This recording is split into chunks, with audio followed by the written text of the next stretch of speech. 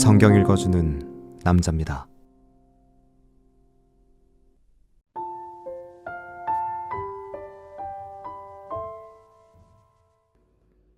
또 내가 보니 보라 어린 양이 시온산에 섰고 그와 함께 14만 4천이 섰는데 그 이마에 어린 양의 이름과 그 아버지의 이름을 쓴 것이 있도다.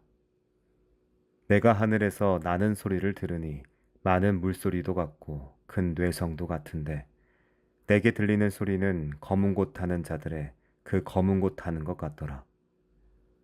저희가 보좌와 내 생물과 장로들 앞에서 새 노래를 부르니 땅에서 구속함을 얻은 14만 4천인 밖에는 능히 이 노래를 배울 자가 없더라. 이 사람들은 여자로 더불어 더럽히지 아니하고 정절이 있는 자라.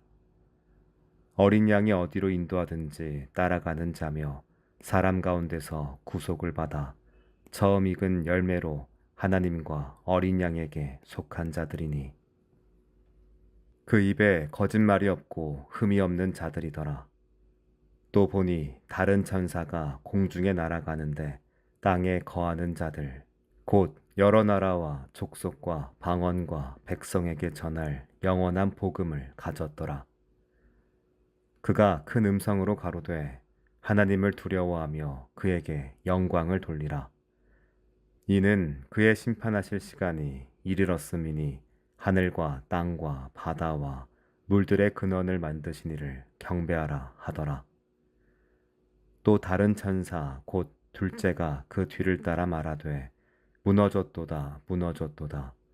큰 성 바벨론이여 모든 나라를 그 음행으로 인하여 진노의 포도주로 먹이던 자로다 하더라. 또 다른 천사 곧 셋째가 그 뒤를 따라 큰 음성으로 가로되 만일 누구든지 짐승과 그의 우상에게 경배하고 이마에나 손에 표를 받으면 그도 하나님의 진노의 포도주를 마시리니 그 진노의 잔에 섞인 것이 없이 부은 포도주라. 거룩한 천사들 앞과 어린 양 앞에서 불과 유황으로 고난을 받으리니 그 고난의 연기가 세세트로 올라가리로다. 짐승과 그의 우상에게 경배하고 그 이름의 표를 받는 자는 누구든지 밤낮 쉼을 얻지 못하리라 하더라. 성도들의 인내가 여기 있나니 저희는 하나님의 계명과 예수 믿음을 지키는 자니라. 또 내가 들으니 하늘에서 음성이 나서 가로되 기록하라. 자금 이후로 주 안에서 죽는 자들은 복이 있도다 하시매 성령이 가라사대 그러하다 저희 수고를 그치고 쉬리니 이는 저희의 행한 일이 따름이라 하시더라.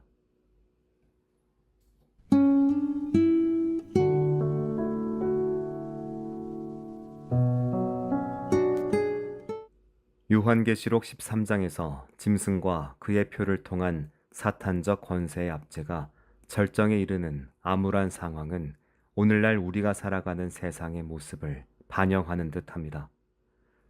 불의한 권력과 탐욕이 만연하고 물질주의와 이념의 우상이 개인의 자유와 공동체의 건강을 위협하는 시대에 우리는 살고 있습니다. 그러나 요한계시록 14장은 이러한 어둠 속에서도 하나님께서 당신의 백성에게 희망을 주시고 세상의 최종적인 심판과 구원의 경고를 던지시는 빛나는 환상을 제시합니다. 이 본문은 최종 심판을 앞두고 하나님께 충성하는 자들의 모습과 전 인류에게 주어지는 최후의 메시를 극명하게 보여주는 전환점입니다. 요한은 먼저 시온산에 선 어린 양과 14만 4천 명의 모습을 봅니다.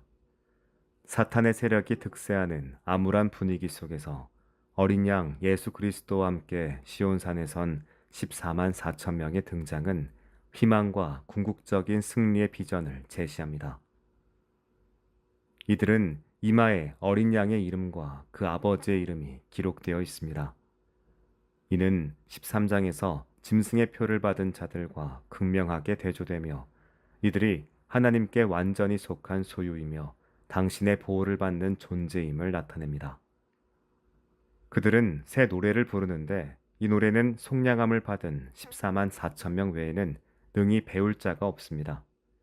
이는 구원받은 자들의 특별한 찬양이자 오직 구원받은 자들만이 경험할 수 있는 내밀한 기쁨을 상징합니다.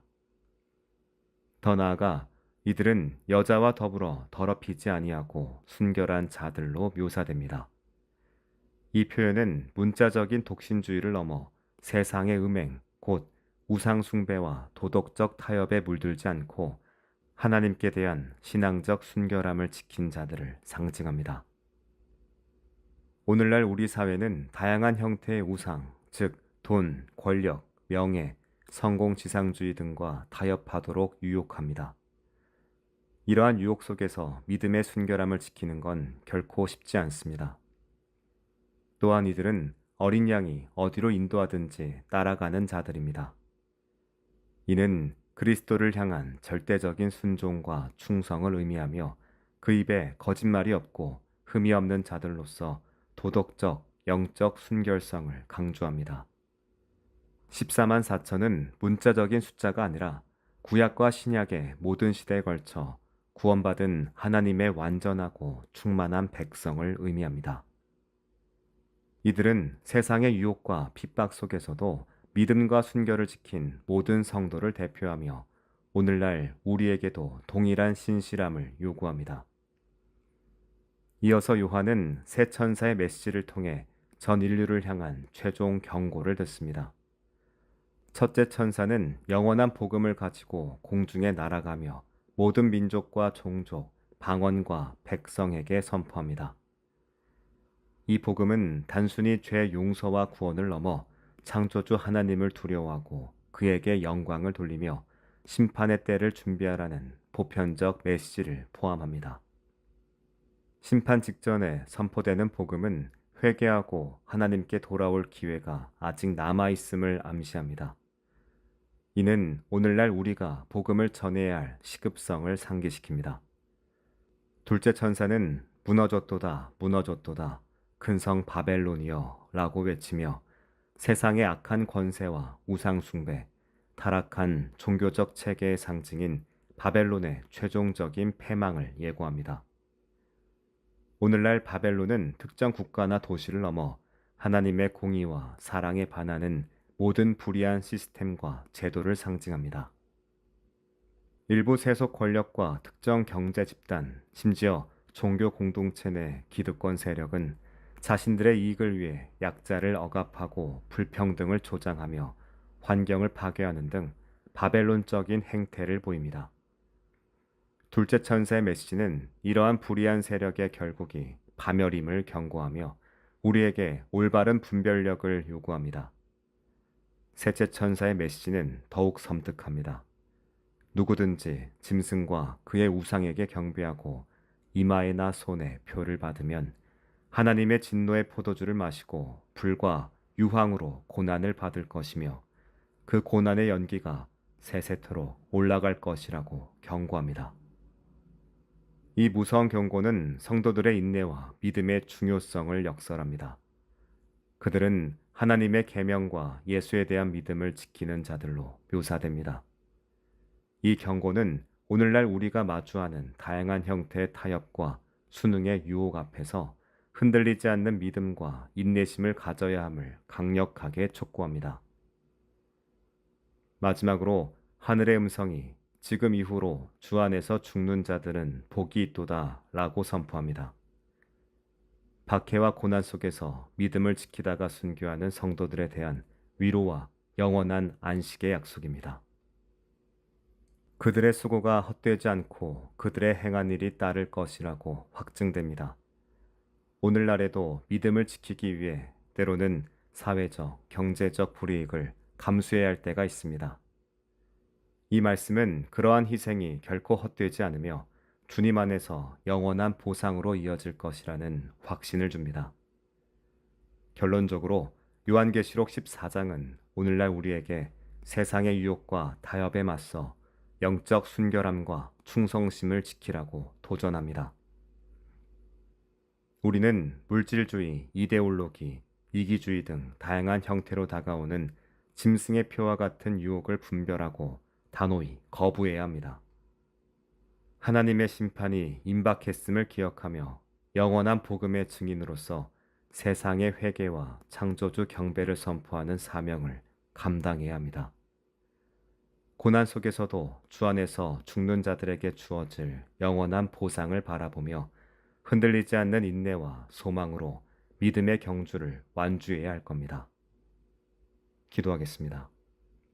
주님, 세상의 유혹 속에서도 어린 양을 따르는 신실한 백성이 되게 하소서. 아멘.